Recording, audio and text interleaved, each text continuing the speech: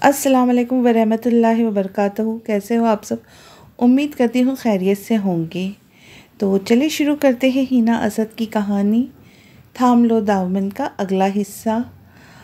پچھلے حصے میں پچھلی قسط میں ہم نے دیکھا کہ بچے بڑے ہو گئے ہیں اور کہانی آگے بڑھتی ہے۔ وہ آسٹریلیا کے ایک مشہور ہوٹل کے پول میں شرٹلیس سوئمنگ کرنے میں مشغول تھا۔ آس پاس سے گزرتی ہوئی ڈھک کے ہوریا بدنوں والی گوریا اسے ستائشی نظروں سے دیکھ کر مسکراہٹ اچھال کر گزر جاتی، مگر وہ بے نیاز سا تھا ان میں سب سے، جیسے یہ سب اس کے لیے معمول کی بات ہو۔ وہ بے تاثیر چہرے سے سوئمنگ کرتا ہوا پول کی ایک طرف آیا جہاں اس کے دوست تھے۔ "What is the plan of tonight?" اس کے دوستوں میں سے رچرڈ نے پوچھا۔ "نتھنگ." وہ فرش پر اپنا بازو رکھ کر اس پر چہرہ جمائے ہوئے بولا۔ باڈی ابھی بھی پول میں تھی۔ گیلے بالوں کو ہاتھوں کی انگلیوں میں پھنسائے پیشانی سے پیچھے کیا۔ جیمی وہاں بیٹھا سگریٹ پی رہا تھا، جبکہ شاہزر نے کہا، "پلان کا کیا ہے؟ بس چلتے ہیں آج رات کلب میں رنگینیاں دیکھنے۔ کیوں بزل؟" شاہزر نے بے ڈھنگے انداز سے ہنستے ہوئے بزل سے تائید چاہی۔ "میں بہت بور ہو گیا، اس مغربی حسن میں ذرا کشش نہیں." وہ اکتاہٹ بھرے لہجے سے بے تاثر انداز میں بولا۔ بزل نے سگریٹ کا کش لیتے ہوئے کہا، اسے رچرڈ اور جیمی کی یہ عادت زہر لگتی تھی کہ دونوں کلب میں لڑکیوں کو بہت بری طرح سے تاڑتے تھے۔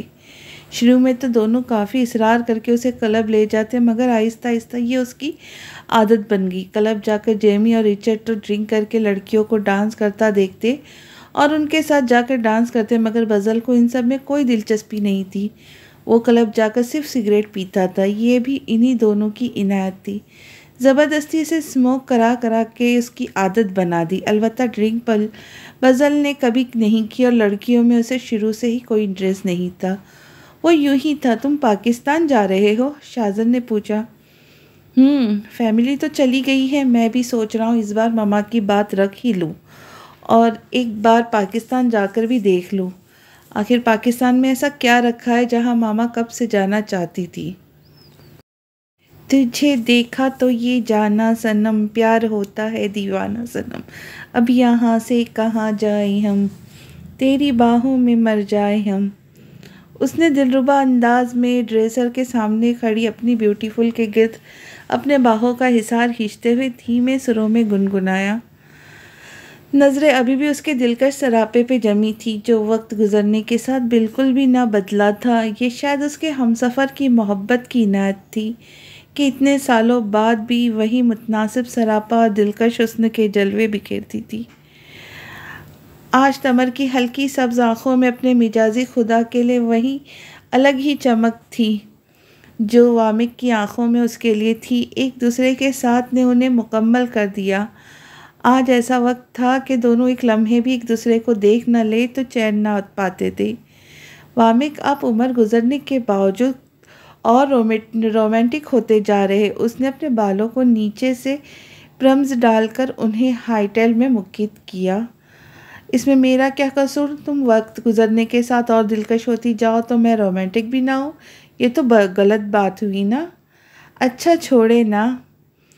"اوہ ابھی نہیں، ابھی جی نہیں بھرا، کچھ دیر محسوس کرنے دو اپنے شریف سے ہسبینڈ کو۔" وہ مزید گھیرا تنگ کیے ہوئے بولا۔ "جی بالکل، شرافت تو آپ پر ہی ختم ہو گئی ہے۔"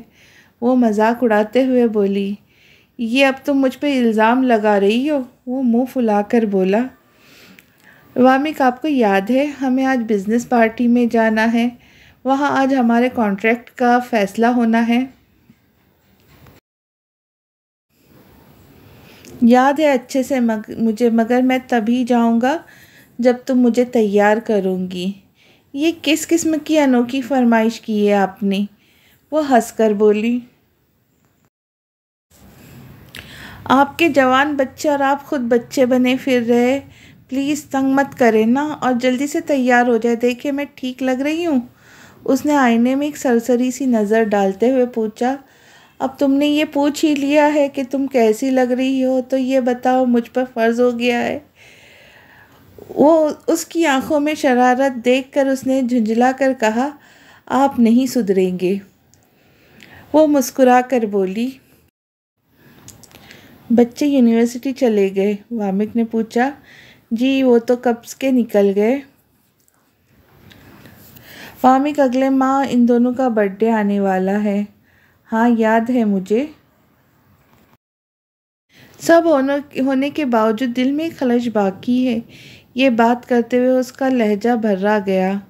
مجھے پتا ہے تم آج بھی اسے یاد کرتی ہو۔ وامک، وہ زندہ تو ہوں گی نا؟ وہ رندی ہوئی آواز میں بولی، خدا کی ذات بہت بے نیاز ہے، اگر قسمت میں لکھا ہوا ہو تو ایک دن ضرور اس سے ملوں گی۔ آپ ہمیشہ ہی میری ہمت بندھاتے ہو۔ وہ اپنی نم آنکھوں کو صاف کرتی ہوئی بولی، اگر آج وہ ہوتی تو تقی اور مضربان دونوں سے 1.5 سال بڑی ہوتی۔ سمر پریشان مت ہو، زیادہ سوچو مت ورنہ طبیعت خراب ہو جائے گی۔ میں ہوں نا تمہارے ساتھ۔ اس نے تمر کا ہاتھ پکڑ کر اپنے لبوں سے لگایا اور اسے تسلی دی۔ اماں بھی، اللہ حافظ۔ بدرا یونیورسٹی جانے سے پہلے اماں بھی کو الوداعی کلمات ادا کرتے ہوئے نکلی۔ آج اس کا یونیورسٹی کا پہلا دن تھا۔ اماں بھی نے اسے دعاؤں میں رخصت کیا۔ گریجویشن تک خدا نے پرائیویٹ پیپرز دیے تھے، مگر گریجویشن میں جرنلزم پڑھنے سے بدرا میں جانے کیسے یہ جنون سوار ہو گیا تھا کہ جرنلزم میں ہی ماسٹرز کریں گے اور اس کے لیے یونیورسٹی جا کر ہی کلاس لینی پڑتی۔ گریجویشن کے 2 سال بعد وہ فارغ رہی، کیونکہ نہ تو یونیورسٹی کے داخلے کے لیے اس کے اور اماں بھی کے پاس رقم ناکافی تھی۔ جب بھی نہال اسے اماں بھی کی بات ہوتی، وہ اسے بدرا کا یونیورسٹی میں داخلہ کروانے کے لیے کہتی، مگر وہ ان کی ایک نہ سنتا۔ نہال، اگر تم میرے لیے کچھ کرنا چاہتے ہو تو اس کی پڑھائی کے لیے مدد کرو۔ بالا آخر اماں بھی کی جذباتی بلیک میلنگ سے وہ حامی بھرنے پر مجبور ہو ہی گیا۔ اس طرح بدرا کے 2 سال تو ضائع ہو گئے، مگر نہال نے اس کا یونیورسٹی میں داخلہ کروا دیا اور فیس بھی بھر دی۔ آج وہ خود اکیلے ہی پبلک ٹرانسپورٹ پر سفر طے کر کے یونیورسٹی پہنچی۔ باہر سے خود کو جتنا بھی مضبوط ظاہر کر رہی تھی، مگر اندر سے ڈری ہوئی تھی۔ پہلی بار جو اکیلی آئی تھی، وہ بھی لڑکیوں اور لڑکوں کے بیچ۔ یونی میں داخل ہوتی ہی اس نے آس پاس سے گزرتے ہوئے اسٹوڈنٹس پر نظر ڈالی، مگر پھر جھکا لی۔ اسے ایسا لگا ہر کوئی اسے ہی دیکھ رہا ہے۔ وہ ناک کی سیٹ پر تیزی سے چلی جا رہی تھی کہ کسی سے زوردار تصادم ہوا اور ہاتھ میں پکڑی ہوئی بکس زمین بوس ہوئی۔ سوری، میں جلدی میں تھا، غلطی ہو گئی۔ مقابل جو بھی تھا، اس کا لہجہ انتہائی نرم اور معذرت خواہ تھا۔ بدرا نے نظر اٹھا کر دیکھا، جینس اور سفید شرٹ میں ملبوس بالکل اسی طرح کی ہلکی سبز آنکھوں والا خوبرو سا لڑکا، جس کی پیشانی پر سلکی بال بکھرے ہوئے تھے۔ اٹس اوکے، بدرا نے بھی جواباً کہا۔ Do you need any help? اس نے عبائے میں ملبوس دھان پان سی لڑکی کو دیکھ کر پوچھا، جس نے اپنی بیضوی خوبصورت چہرے پر نماز کی اسٹائل میں اسٹالر لے رکھا تھا۔ اس کی آنکھوں کا رنگ دیکھ کر چونکا۔ بدرا بھی اس کا چونکنا محسوس کر گئی۔ جی، مجھے جرنلزم ڈپارٹمنٹ میں جانا ہے، ہو سکے تو مجھے گائیڈ کر دے۔ اب یہ مت کہنا کہ تم جرنلزم پارٹ 1 کی نئی اسٹوڈنٹ ہو۔ آپ کو کیسے پتا؟ وہ اچنبھے سے بولی، یہ تکا تھا جو بالکل نشانے پہ لگا۔ تکا سمجھتی ہو نا کیا ہوتا ہے؟ اب اتنی بھی بے وقوف نہیں ہوں جتنا کہ آپ سمجھ رہے۔ اتنی نہیں، یعنی کہ تھوڑی سی تو ہو، ہے نا؟ وہ مسکرایا۔ اس کا مطلب ہے ہم کلاس میٹ ہوئے تو چلو دوستی کر لیتے۔ تکی نے ہاتھ آگے بڑھایا۔ اس نے نفی میں سر ہلایا۔ کیا ہوا؟ وہ حیران کن نظروں سے اسے دیکھتے ہوئے پوچھا تھا۔ کچھ نہیں، میرا ایک ہی دوست ہے، مجھے اور کسی کو بھی دوست نہیں بنانا۔ وہ قطعی انداز میں بولی۔ پہلی بار تھا کہ وہ لڈو کے علاوہ کسی لڑکے سے بات کر رہی تھی۔ وہ کھڑے کھڑے اس کے ساتھ گزرتے ہوئے پلوں کو یاد کرنے لگی۔ کہاں کھو گئی؟ اس نے اپنا ہاتھ بدرا کے چہرے کے سامنے لہرایا۔ وہ ایک دم حال میں لوٹی۔ نہیں، کچھ نہیں۔ وہ دونوں چلتے ہوئے کلاس روم میں آگے۔ اچھا، آج پہلا دن تھا، اس لیے سب ایک دوسرے سے تعارف لے رہے تھے۔ کچھ ہی دیر میں لیکچرار کے آتے ہی کلاس اسٹارٹ ہوئی۔ اسٹوڈنٹس، آج فرسٹ ڈے ہی ایک اچھا سا ٹیسٹ لیتے ہیں۔ جس نے اسے ون کیا، آج سے وہی اس کلاس کا CR۔ انہوں نے سوال لکھا کہ صحافت کی تاریخ کے بارے میں کچھ لکھے۔ اپنے الفاظ میں جو بھی آپ جانتے ہیں، اور اس کے لیے صرف 5 منٹ دیے گئے۔ سب سے پہلے تقی نے شیٹ انہیں تھمائی۔ بدرا نے حیرانگی سے اسے دیکھا، جس نے بمشکل 3 منٹ بھی نہیں لگائے۔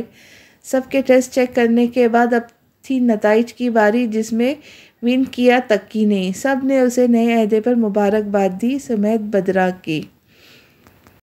علینا، اٹھو بیٹا، 10 بج گئے ہیں۔ اپنی ماما عائزہ افندی کی آواز سن کر اس کے چاروں طبق روشن ہو گئے۔ وہ جلدی سے کمفرٹر سے خود پر سے اٹھا کر پیچھے پھینکتے ہوئے اٹھی۔ کیا مام، سچ میں؟ اس نے دیوار پر لگی ہوئی کلاک پر نظر ڈالی، جو سچ مچ 10 کا ہندسہ دکھا رہی تھی۔ مام، آج پہلے ہی دن میں یونیورسٹی سے لیٹ ہو گئی، وہ جھنجھلا کر کہتی ہوئی عجلت میں کبرڈ سے اپنے کپڑے لیے واش روم میں بھاگی۔ عائزہ مسکرا کے رہ گئی۔ چند منٹوں میں تیار ہوئے باہر آئی اور بالوں میں تیزی سے برش پھیرنے لگی۔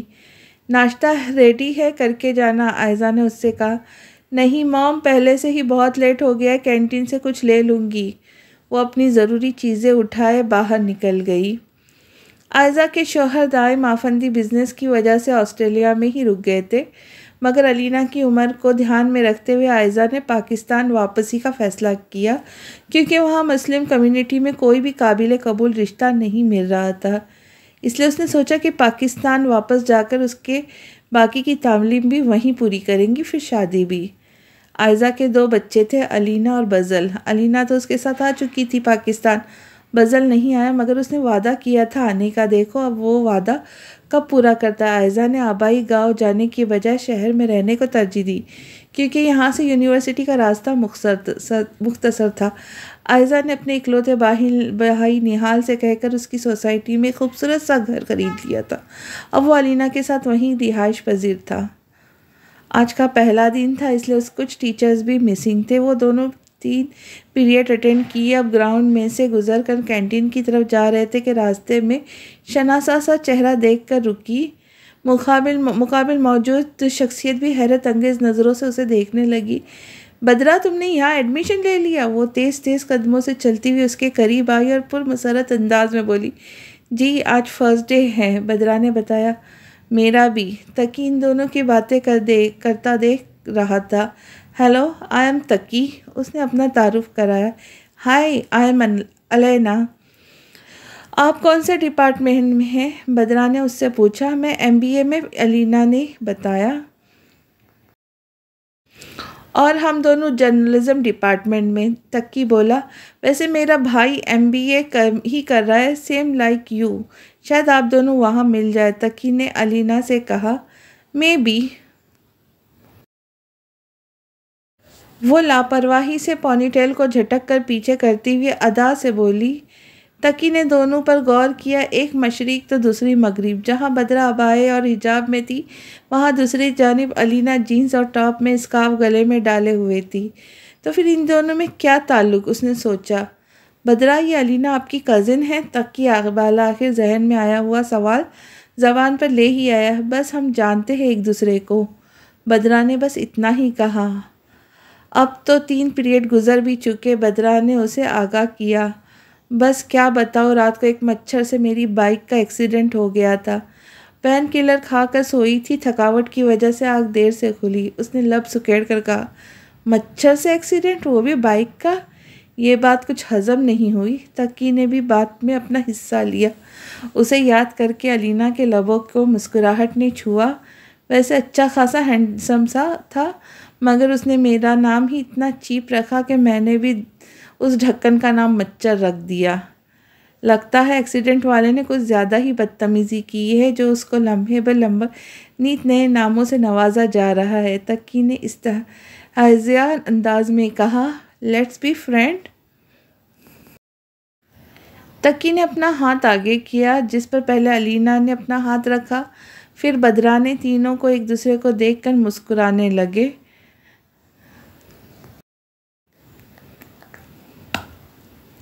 شہر کے ایک مشہور اور عالیشان ہوٹل میں بزنس پارٹی کا آغاز ہوا تھا۔ تقریباً تمام بڑے بڑے بزنس مین وہاں پہنچ چکے تھے۔ تمر اور وامک بھی دونوں ساتھ ساتھ چلتے ہوئے اندر آئے۔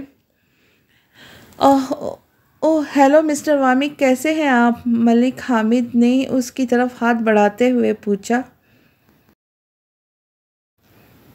ہیلو سر، میں ٹھیک ہوں الحمدللہ، بالکل ٹھیک۔ آپ سنائیں؟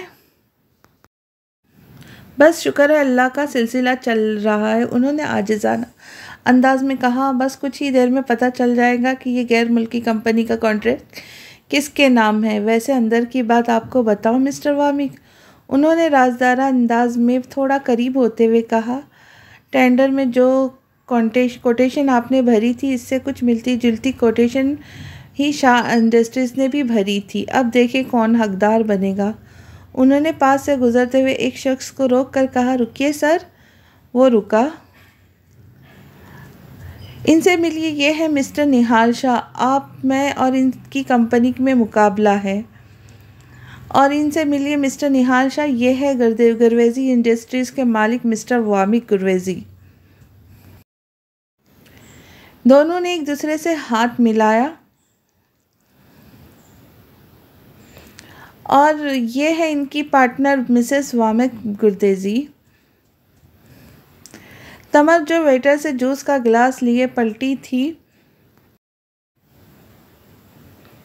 نہال شاہ کا ہاتھ اپنی طرف بڑھا دیکھ ساکت ہوئی۔ جہاں وہ اپنی جگہ تھم گئی، وہیں نہال شاہ بھی جہاں تھا وہیں کا وہیں جامد ہوا۔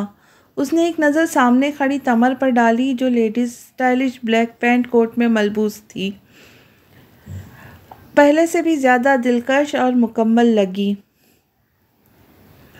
نہال کا آگے بڑھایا ہوا ہاتھ دیکھ رہی تھی۔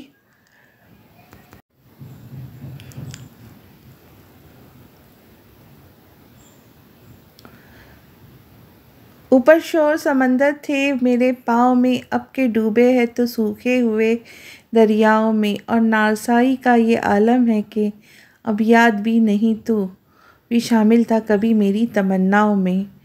تمر نے پروفیشنل انداز میں چہرے پر مصنوعی مسکراہٹ سجائے اپنا ہاتھ نہال شاہ کے ہاتھ میں دیا اور سختی سے دبا کے چھوڑ دی۔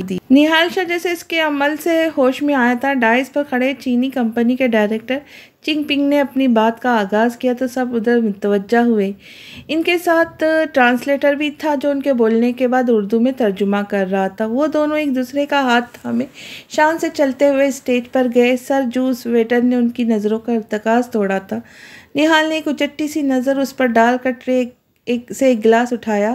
ان دونوں کے اسٹیج پر ساتھ دیکھ کر دل میں ابال اٹھنے لگے، بالکل پرفیکٹ کپل کی لک دیتے ہوئے، جیسے وہ اس کے دل میں آگ ہی لگا گئے۔ جانے کیا کہہ رہے تھے وہ دونوں، ہنس ہنس کر۔ نہال کے کانوں میں کچھ سنائی نہ دیا، آنکھیں یہ منظر دیکھ کر شعلوں سے دہکنے لگی اور من میں بھانبٹ چلنے لگے، ایسے جیسے پل بھر میں ہی کسی نے اسے دہکتے ہوئے کوئلے پر بھوننے کے لیے رکھ دیا ہو۔ ہاتھ میں پکڑا ہوا جوس کا گلاس غصے کی بھیٹ چڑھا اور ہاتھ کی مضبوط ترین گرفت میں چھناکی کی آواز سے ٹوٹا، مگر وہ آواز گرویزی انڈسٹریز کو کانٹریکٹ ملنے کی وجہ سے تالیوں کی گونج میں دب کر رہ گئی۔ اس کا ہاتھ لمحوں میں خون میں نہا گیا۔ ٹوٹے گلاس کی کرچیاں فرش پر بکھری، وہ تیز قدموں سے چلتا ہوا وہاں سے باہر نکل گیا۔ پارکنگ میں کھڑی ہوئی گاڑی میں جا بیٹھا، اگنیشن میں چابی ڈال کر گھمائی اور گاڑی سٹارٹ کی، مگر خود کو ڈرائیونگ حالت میں نہ پاتے ہوئے سیٹ کی پشت پر سر گرا گیا اور جسم کو ڈھیلا چھوڑ دیا۔ ٹھیک کہا تھا میں نے، تم عورت ذات ہوتی ہی بے وفا ہو، آج اپنی آنکھوں سے دیکھ بھی لیا۔ تمہیں تو کوئی فرق ہی نہیں پڑا، نئی دنیا بسا لی تم جیسی گھٹیا اور بے وفا عورت میں نے دنیا میں نہیں دیکھی۔ کتنا پیار دیا تھا میں نے تمہیں، مگر تم نے کیا دیا؟ مجھے دھوکہ، فریب، میرے جذبات سے کھیلا تم نے تمر۔ تم بھی کبھی خوش نہیں رہ پاؤں گی۔ وہ کرب سے اپنے بالوں کو مٹی میں جکڑتے ہوئے بولا۔ تمر کی MBA کی ڈگری کو ضائع ہونے سے بچانے کے لیے اور اس کی خوشی کے لیے وامک نے اسے اپنے ساتھ بزنس میں انوالو کر لیا تاکہ وہ مصروفیت میں اپنی ماضی بھول جائے۔ آج تمر اور وامک شانہ بشانہ کھڑے تھے۔ 4تھ پیریڈ کے شروع ہوتے ہی وہ کلاس میں انٹر ہوئی۔ شکر ادا کیا ابھی لیکچرر آئے نہیں تھے۔ ادھر ادھر نظر دوڑائے بغیر ایک خالی جگہ دیکھ کر وہاں جا کر بیٹھ گئی۔ او ہیلو مس چپکلی، کیسی ہو تم؟ وہ حیران کن نظروں سے اسے اپنے ساتھ بیٹھے ہوئے شخص کو دیکھ کر بولی۔ تم یہاں بھی؟ میں یہاں بھی سے کیا مطلب؟ یہ تو مجھے کہنا چاہیے تھا کہ تم یہاں بھی۔ لو جی، ہو گئی پڑھائی وہاں جہاں ایسے مچھر ہوں گے۔ وہ طنزیہ انداز سے اس کی طرف دیکھ کر ناک سکڑتی ہوئی بولی۔ اے ادمری چھپکلی، مچھر ہوں گے تمہارے باپ دادا۔ اے مچھر، ذرا تمیز سے مجھ تک محدود رہو، میرے باپ کو بیچ میں گھسیٹا تو خیر نہیں تمہاری۔ وہ اسے انگلی دکھا کر وارن کرنے کے لہجے میں بولی۔ گڈ مارننگ، لیکچرر نے اندر آتے ہی کہا تو سب نے مشترکہ جواب دیا۔ کچھ تعارف کے بعد پڑھائی کا سلسلہ شروع ہوا۔ آپ سب سے ایک سوال ہے، انہوں نے اسٹوڈنٹس کو مخاطب کر کے کہا۔